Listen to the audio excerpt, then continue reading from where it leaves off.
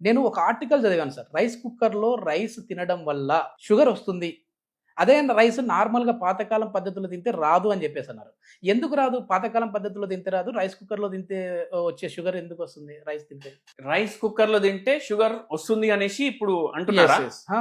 ఇప్పుడు ఏమైందంటే మీరు ఒకసారి ఆలోచన చేయండి. ఓకే. రైస్ కుక్కర్ ఉంటది కదా, హ్మ్. హ్మ్. అది అమ్ముడు పోవడానికి ఆ! ఏమని ప్రచారం చేసిర్రు తెలుసా మీకు స్టార్టింగ్ లో? ఓకే. ఏమని చేసిండ్రు అంటే, మీరు గిన్నెల్లో రైస్ వండుతారు, హ్మ్. హ్మ్. హ్మ్. మీరు గిన్నెల్లో రైస్ వండడం వల్ల దాంట్లో ఉన్న న్యూట్రిషన్ పోతది.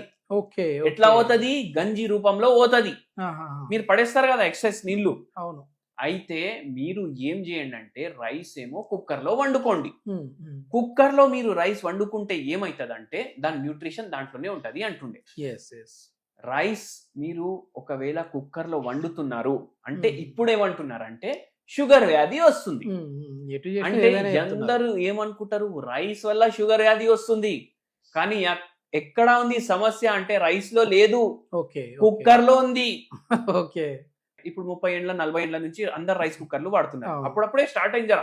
నాకు హ్మ్. ఇంకా గుర్తుంది, నేను చిన్నగా ఉన్నప్పుడు గిన్నెల్లో అవును. వండుతుండే మా అవును. ఇంట్లో యెస్. యెస్. రైస్. నాకు గుర్తుంది సార్. యెస్. అయితే ఏంది అంటే గిన్నెల్లో మీరు రైస్ వండుతున్నారు హ్మ్. అంటే మీకు ఒకటి చెప్తా నేను. హ్మ్. ఫస్ట్ రైస్ ని మంచిగా వాష్ చేసుకోండి. ఓకే. మంచిగా వాష్ చేసి దాంట్లో వాటర్ వేసి జరసేపు వదిలేసేయండి దాన్ని. ఒక ఓకే. 15 నిమిషాలు, 30 నిమిషాలు. హ్మ్. దీంతోటి 15 యూనిట్లు రైస్ ఏమో గ్లైసిమిక్ ఇండెక్స్ తగ్గుతది. ఓకే. ఓకే. అది తగ్గినంక మీరు వాటర్ చేంజ్ చేసి అది మీరు ఒక గిన్నెలో వేసుకోండి. హుహు. ఇప్పుడు మనం ఏం చేస్తాం, కుక్కర్ లో వండినప్పుడు 1 గిలాస్ రైస్ తీసుకుంటే 2 గ్లాసులు డబల్ ఏమో నీళ్ళేస్తాం. నీళ్లు యెస్. యెస్. తీసుకుంటాం. ఆహా! ఇప్పుడు ఉడకబెట్టేటప్పుడు మీరు ఏం చేయండి అంటే, అంతా కాదు ఇంకా ఎక్కువ నీళ్లు తీసుకోండి. అవును. అవును. జర స్టర్ చేస్తూ ఉండండి దాన్ని హ్మ్. వండేటప్పుడు. ఓకే. అది వండిపోయిన తర్వాత మనం ఇట్లా రైస్ చూసుకుంటాం హ్మ్. వండిందా లేదా అనేసి. అవును. ఆ వాటర్ పడేసేయండి. దాంతో ఏమైతుందంటే స్టార్చ్ ఏమో బయటికి పోతది. ఓకే. ఇప్పుడు కుక్కర్లో ఏడుకైలు తీస్తారు మీరు? కానీ అందులో ఆ గంజి నీళ్ళు తాగడం వల్ల గూడా మనకి ఎనర్జీ వస్తదని జెప్పేసి అవును, తాగుతా ఉంటారు ఎందుకంటే గదా! దాంట్లో కార్బోహైడ్రేట్ ఉంది కదా. ఓకే. డిహైడ్రేషన్ అయిందనుకోండి ఆహా! పిల్లలకి, అట్లాంటి వాళ్ళకి అవసరం. డిహైడ్రేషన్ అయిందనుకోండి హ్మ్. పిల్లలకి, హ్మ్. హ్మ్. లూజ్ మోషన్లు అవుతున్నాయి అనుకోండి, హ్మ్. వాళ్ళకి ఇవ్వండి. హాస్పిటల్కి వెళ్ళి గ్లూకోజ్లు పెట్టుకునే అవసరం ఉండదు. సూపర్. యెస్. కానీ యెస్. యెస్. షుగర్ వ్యాధి ఉంది మనకు. అవును. షుగర్ హ్మ్. వ్యాధి ఉన్నప్పుడు మనం ఇంకా షుగర్ ఎందుకు తాగుడు? యెస్. యెస్. యెస్. అయితే అందుకే అది మనం తీసేస్తున్నాం. ఓకే. దాంతో గ్లైసిమిక్ ఇండెక్స్ తగ్గుతది. జొన్న రొట్టెకి ఉన్న గ్లైసిమిక్ ఇండెక్స్ కి వచ్చేస్తది. ఓకే. ఓకే. ఎట్లా? ఇప్పుడు 60కి వస్తది.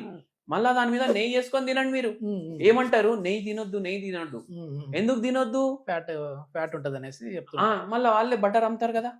యెస్. యెస్. ఆ! అయితే ఏందంటే మీరు రైస్‌లో ఆవు నెయ్యి యేసుకొని తింటే హ్మ్. హ్మ్.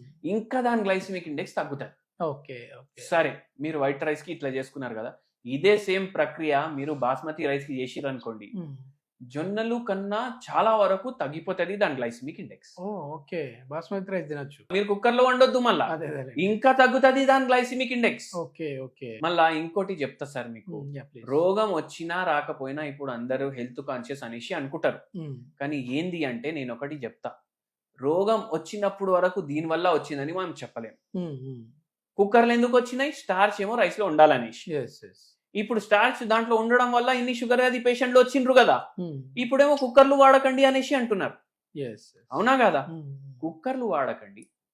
పాత కాలంలో ఎట్లా వండుకుంటుండే అట్లా వండుకోండి. యెస్. యెస్. యెస్. రైస్ తినండి. హ్మ్.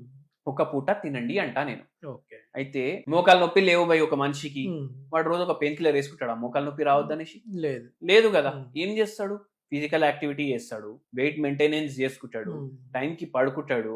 మెంటల్ హెల్త్ వెల్ బీయింగ్ కోసం మెడిటేషన్ చేసుకుంటాడు. అవును. వానికి మోకాలు నొప్పులు రావు. యెస్. యెస్. ఏ రోగమన్నా అంతే. టైంకి తినడం, టైంకి పడుకోవడం, శుభ్రంగా తినడం, ఇంట్లో తినడం, మెంటల్ పీస్ ఉండడం, హ్మ్. ఫిజికల్ యాక్టివిటీ ఉండడం. డయాబెటిస్‌లో మాత్రమే అంటే రైస్ తింటే డయాబెటిస్ వస్తుందేమో అని రైస్‌నే బంద్ చేసేస్తా ఉన్నారు పూర్తిగా. అట్లా అంటే హ్మ్. ఇండియాలో అసలు ఇండియనే ఉండొద్దు. హ్మ్. ఎందుకు? అందరు చచ్చిపోవాలి. ఓకే. అందరు వందల ఏండ్ల నుంచి రైస్ తింటున్నారు గదా. అవును. అయినా మనదే జనాభా ఎక్కువుంది గదా అందరికన్నా. హ్మ్. యెస్. యెస్. యెస్. అవునా కాదా? హ్మ్. హ్మ్. అయితే అది ఒక అపోహ. మొత్తానికి రైస్ కుక్కర్‌లో వండితే ప్రాబ్లమ్ వస్తది. నార్మల్‌గా పాతకాలం పద్ధతిలో వండుకుంటే మాత్రం ఎట్లాంటి ప్రాబ్లమ్ రాదు. రైస్ తినొచ్చు. ఒకవేళ డయాబెటిస్ అటాక్ అయిన వాళ్ళు ఎవరైనా ఉన్నారంటే ఒక పూట తినొచ్చు. అది ఎట్లా తినొచ్చు? ఇప్పుడు చెప్పారు కదా సార్ ఒక ప్రాసెస్. ఆ ప్రాసెస్ విధంగా వండుకొని తిన్నారంటే హ్యాపీగా తినొచ్చు.